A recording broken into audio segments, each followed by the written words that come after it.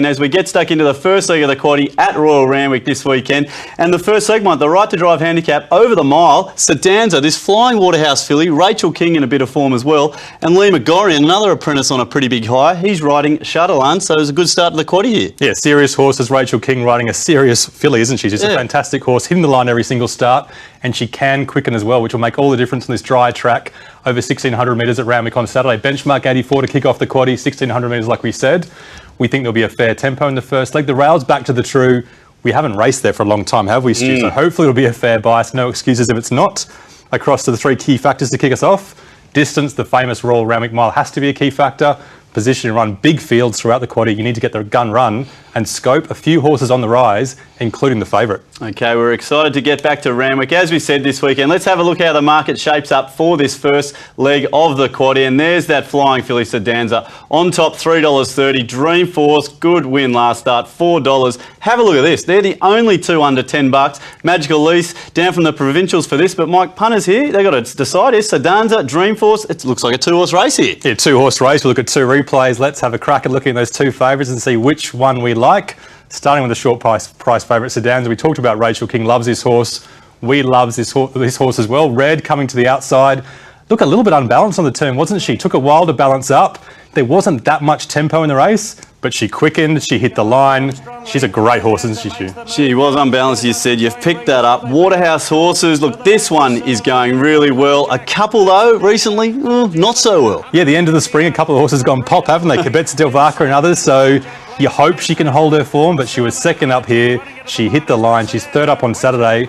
No reasons to think she won't run well again. That is a pretty strong win there from SEDANZER. Look, Dreamforce, Mike, we've got to have a look at this. This was a good win. But you know how some of these wins, they just come with that red carpet run. Was this one of those? Out in front, doing it all on his own. Nice win, but what more have we got to say? Yeah, you can have a red carpet run at Rosehill Gardens, can't you? And the tempo's steady, the track is dry, and you're out in the lead.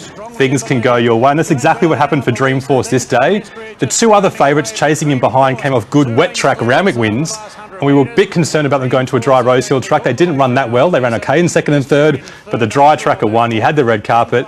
Really hard to rate the ratings out of that race. But all the horse can do is win. There's a look at the two favourites in the first leg of the quaddie. Now let's go stuck into all the analysis here, Mike. Who's got all the good form? And then we're going to rip into all the key factors to take us through a big quaddie weekend. Yeah, looking forward to this. The deep analysis for the first leg of the quaddie, bringing up the form, light up the gold bars. SEDANZER and Dreamforce and Valentino Rossi up in grade.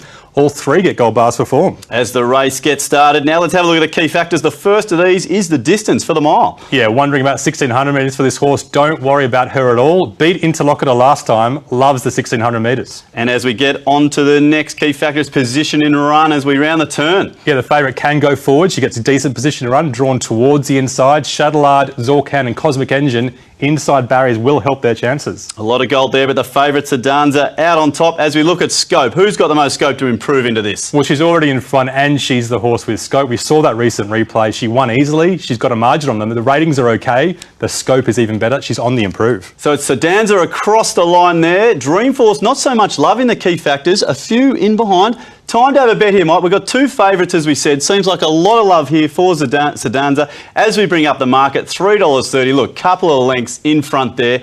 And no, Dreamforce isn't there to be seen. We've got a couple of roughies here. Shadowlard at $12. Magical Lease. But look, I've sensed a lot of likeness here for this favourite. What about these first uppers? What have you done with these? Where do they fit into the picture? Yeah, really hard. Peribson, I think he's pronounced. Really hard to line him up for John O'Shea first up.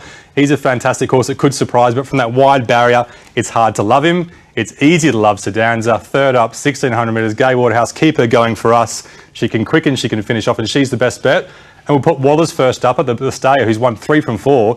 He's the value bet for sure first up.